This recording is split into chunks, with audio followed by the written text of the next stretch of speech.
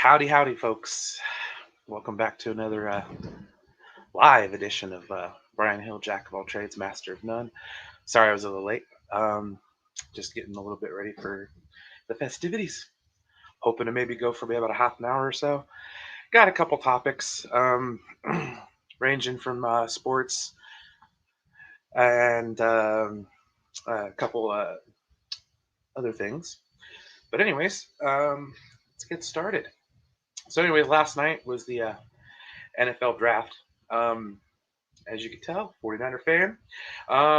We had a 13th round pick that we got traded from the Colts, and basically, it looked like they traded down one spot to Tampa Bay. Seemed like I don't know what they were doing there, but anyways, they picked up a defensive tackle from South Carolina, um, Javon Kinlaw. Um, Uh, from what I see, he should be pretty good. I've seen a couple reviews and stuff like that, so it will be nice to get a little bit more youth up front, especially since our team's basically built around the defensive line. So yeah, it should be pretty good. um, and then later in the first round, where we actually had our pick, looked like we traded up with Minnesota up to number 25, and we got a wide receiver from Arizona State. His name is Brandon Ayuk, and hopefully um, we can get some good stuff going because definitely wide receiver was a position we sorely lacked last year. I mean, Emmanuel Sanders was good, but he was hurt half the time he was on the team, and um, yeah, needless to say, it was just it didn't go as well as it could have. I think he was a little bit. I don't want to say past his prime, but pretty darn close. But yeah, I mean, wide receiver position was sorely lacking. We do have a couple cornerbacks that are eh, getting up there as well. I love Richard Sherman, but I mean, come on, he's getting up there in the years. Um, but yeah, I mean, the 49ers, hopefully, uh, they definitely had something going last year. Hopefully, they can keep it going.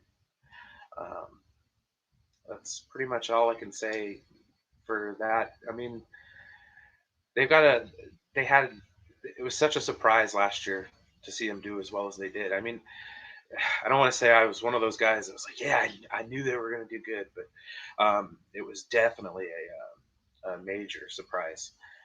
Um, like I said, totally out of the blue, and then it just kept rolling and rolling and rolling, and next thing you know, we're in the Super Bowl. So I mean, I'm just one of those people that's happy they made it. Would have been nice if they'd have won and held on, but I got over it. But anyways, that's pretty much all I can say about sports for now. I mean, like I said, I'm kind of hoping we have something for NFL this fall. I mean, I don't want to use the bread and circuses trope, but it does have some merit, especially in times of, I don't want to say unease or unrest, but definitely a state of unease. Um, the let's see here. As far as social gatherings and stuff like that, I don't know. I can see it happening within a year or so.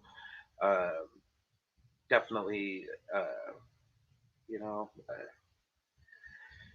man, it's a hard one to call. Uh, but anyways, let's get off of sports. Let's start talking about a little bit of pop culture slash nerd news. Um, anyways, I don't know if anyone noticed, but there's a show called Mandalorian. Uh, yeah, it's a great show. Loved it. Uh, Looking forward to season two. But recently, they just released a trailer for the documentary that's going to be on Disney Plus, and yeah, I'm going to check that one out when it comes out. It's definitely a great show. Yeah, and I really like how they put it out week to week to week. Um, it, it was really good. But that kind of leads me to my next little topic. Um, I've been watching the Clone Wars, especially the last couple episodes um, with the Siege of Mandalore. Wow. Uh, the the way that they set everything up, and kind of you know what happens on Rebels because they eventually meet again on Malachor. But the stuff with Ahsoka and Darth Maul were it was amazing. It was really really good. Um, and I'm kind of interested to know. So they have Order 66, which is basically the Emperor saying, "Kill all the Jedi." So I'm wondering if that includes Mandalorians as well. And the reason why I'm wondering is because, well, one, they're fighting them right now, and two, could this be how the purge starts? Uh, to my knowledge at the time, uh, Mandalore is kind of like an independent system from the Republic, and if they if they exist, they basically pose a threat to the Emperor. So I'm wondering if they have that in the inhibitor chip too to start gunning down Mandalorians. Um, but yeah, so I've really liked the last couple episodes of Mandalorian. Uh, that's about all I can say about that. The next thing I wanted to discuss, I'm just burning through topics here.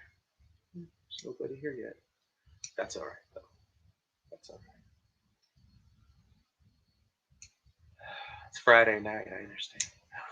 But anyways, um, I'll just put it up for the replay later, and then you can watch it then. Let's see here.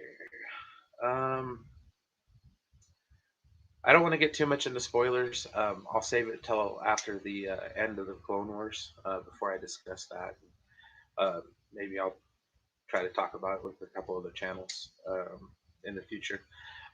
It's just hard sometimes to coordinate work with being able to come on and actually do this. And not only that, I just got all this stuff. So, well, I had the computer and stuff like that, but I didn't have a microphone, and I got to borrow a webcam, which is really cool. Uh, but so really kind of grassroots in essence. And it was really guerrilla there for a little bit. And the last stream I was on, my cell phone screen was broken right across the camera. So it was like you could see me sort of on half of it, but and then the other part was is I had one of those. Oh, I took it out. One of those earbuds, and it the battery died right in the middle of the stream. Yeah, so I sounded like a robot, and then from that moment on, it was just weird because nobody can hear what I was saying. Uh, so the next thing I wanted to talk about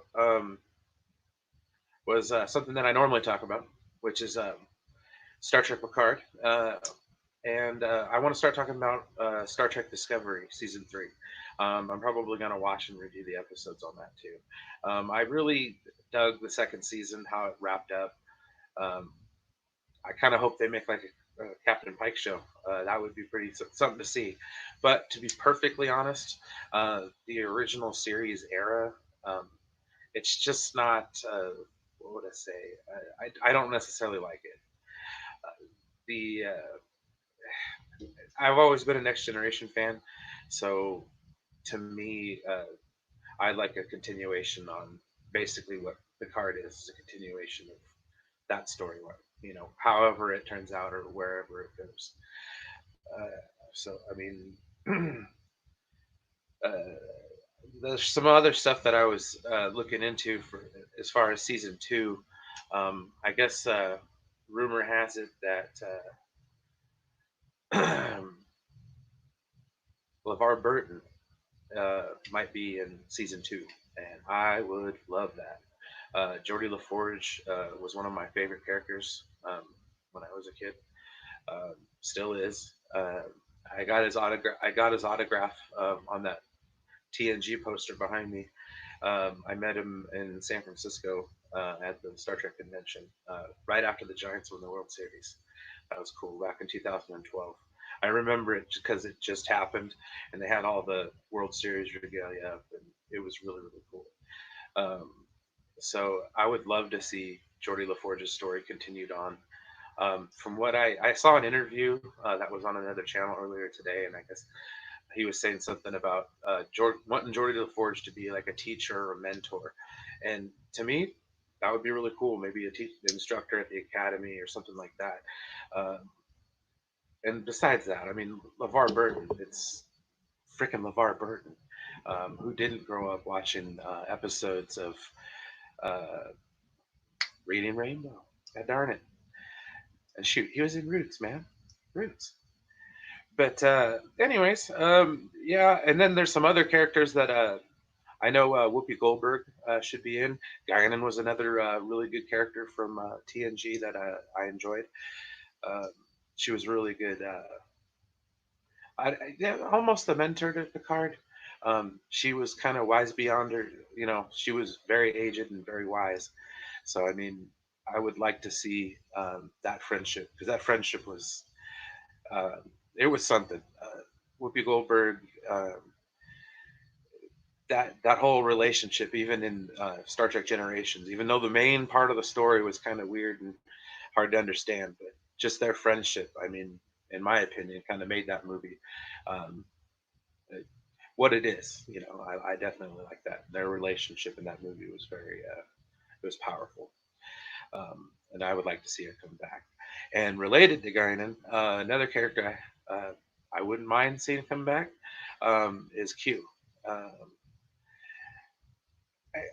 I've heard that the actor that played him, John Delancey, he didn't want to play Q anymore because age. And I say to that, it's Qs can be whatever they want to be. If Q wanted to be a female, he'd just be a female. You could make Q a female, and everyone would cry and whine on the internet how woke the show was and how dead it is and how I'm never gonna watch it again. And you know what? You're probably gonna watch it again because you can't say something's dead and mean it if you go and watch it, or if you pay it any pittance. But, anyways, slight distraction.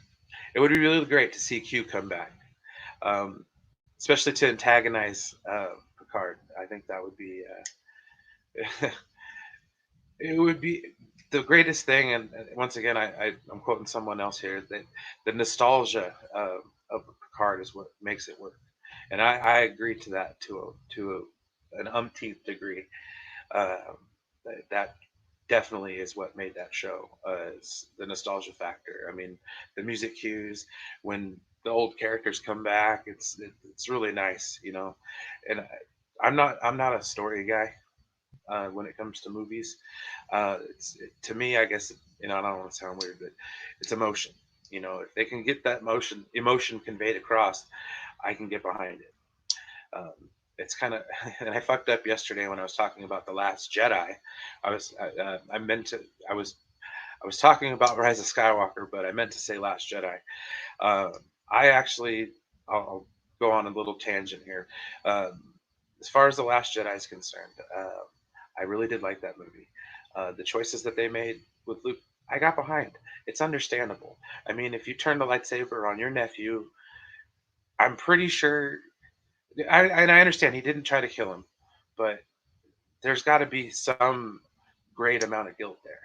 So I mean, I can understand why he was an Octo. But the other part of it is that with the Last Jedi, I got the audiobook for it, and it filled in some of the things that the movie didn't. I mean, they shot the scenes and stuff, but they didn't actually make it in the movie, like the third trial and stuff like that. So It definitely filled in a lot of the blanks that were taking place in those shows, or sorry, in that movie. Um, so as far as people who hated on it, okay, the three complaints right off the bat: there's no gravity in space. They were magnetic, and not only that, there is gravity in space. Large objects have it, but that's okay. I'm not a physicist. Um, what was the other one? I mean, I didn't get the arcing of the laser bolts because that don't make no damn sense either. Uh, but oh, the other part of it was is that they were going in a downward trajectory. In space, there is no gravity, so anything that had going in motion would continue in motion. They were in motion in a spaceship that had gravity. I mean, it's not too much to wrap your mind around, other than beating the chest and talking about how much you don't like that movie because that scene was stupid. No, dude, just, you have to understand, man. I don't want to say you have to dumb yourself down to watch movies, but in a certain case, in certain situations, I don't think you go into. I think you go into movies with certain frames of mind. So, like, if you're expecting to see a comedy, you're expecting to see a comedy. If you're expecting to see a Star Wars movie, you're expecting to see a Star Wars movie. And I get it. Some of the criticism where they say, "Well, these aren't Star Wars movies," but that's not true at all. Um, they are Star Wars movies. Um, I mean, I'm sorry. They say Star Wars in the title, so there. I mean, there's not really anything that that is not. They can't do anything. So, I mean,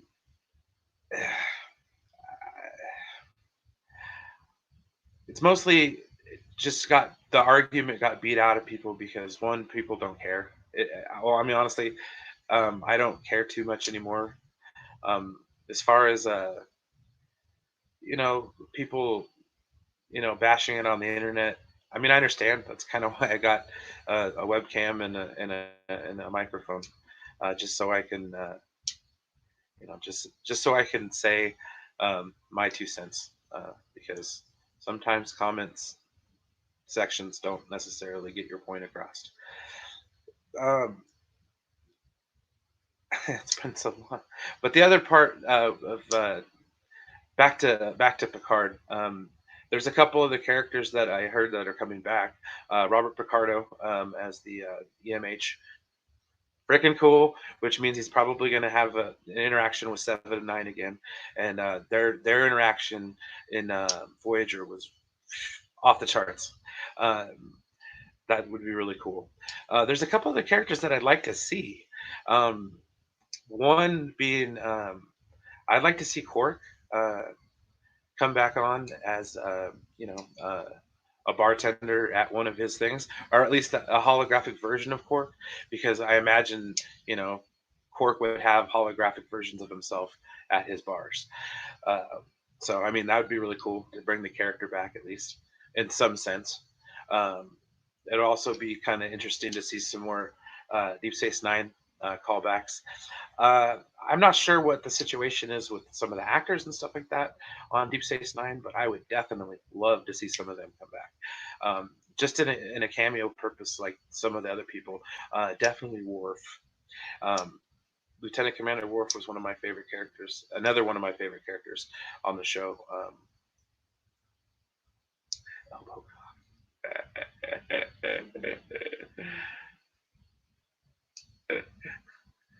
thanks, Charlie.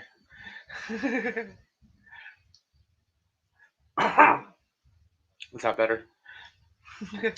Maybe we'll drink a water though.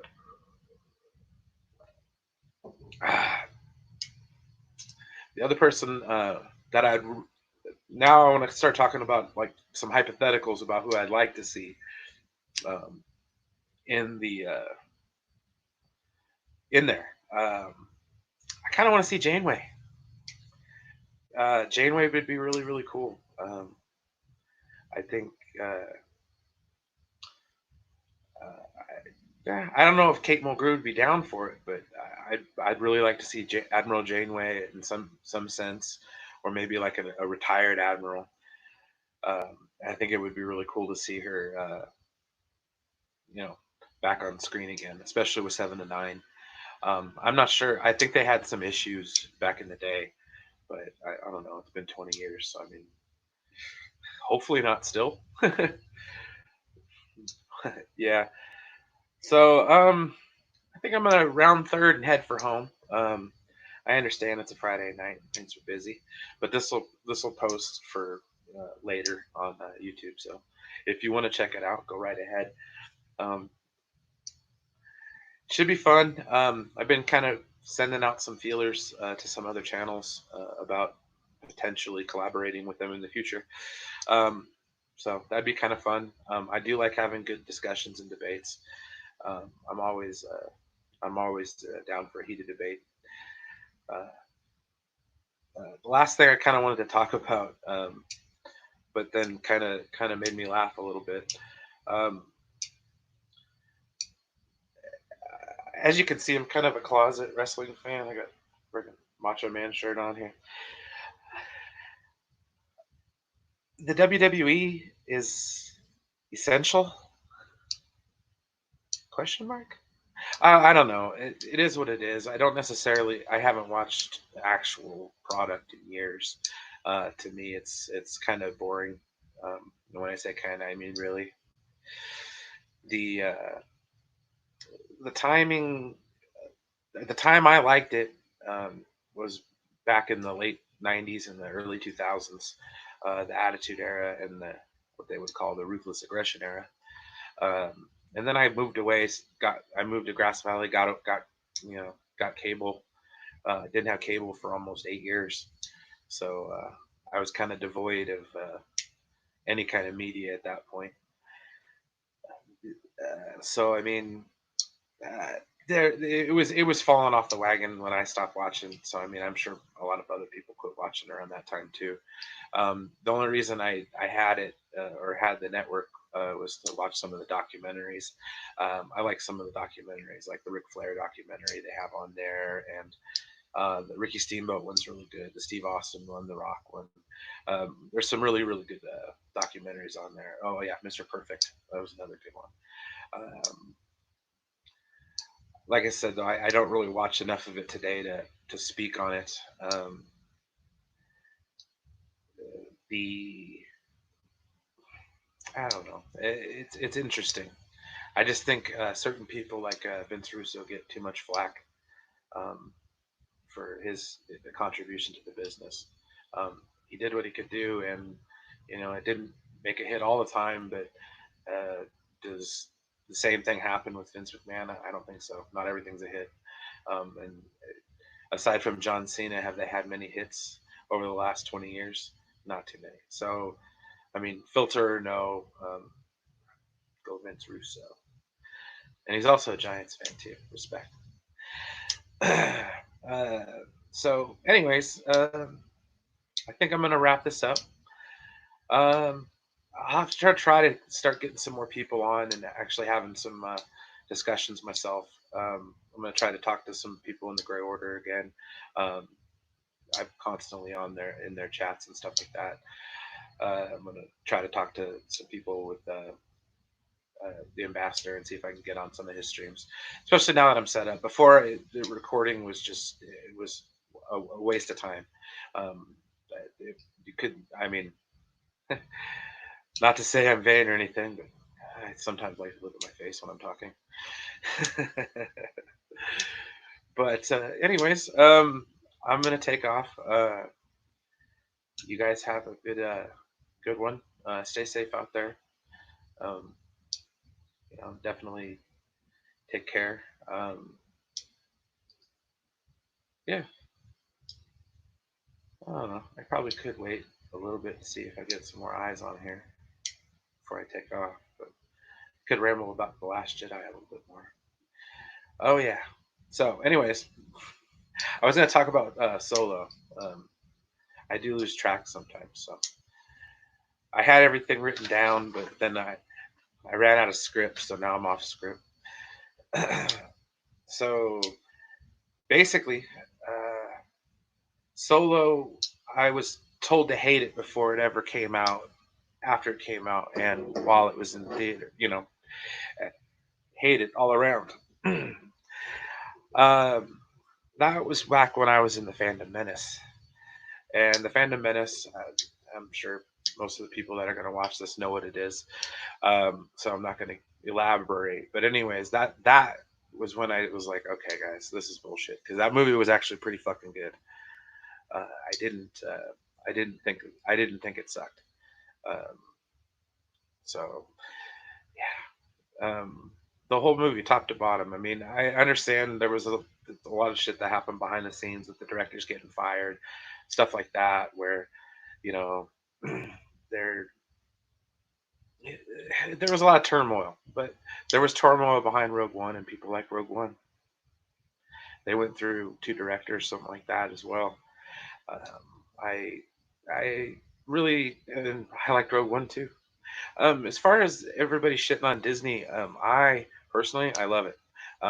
There's I at first I was kind of pissy because I'll tell you what, I am one of those people that I don't like the prequels. I didn't like them after I saw the Phantom Menace. Hang on a second. Okay, never mind. My nephew was going to come in for a minute. But anyways, I'm probably going to wrap it up soon because I can smell dinner cooking out from the thing. If you can tell, I like dinner. well, a little self-deprecating on that one. But yeah, so as far as Solo went, I liked all the characters. Honestly, I would have liked to see Maul more.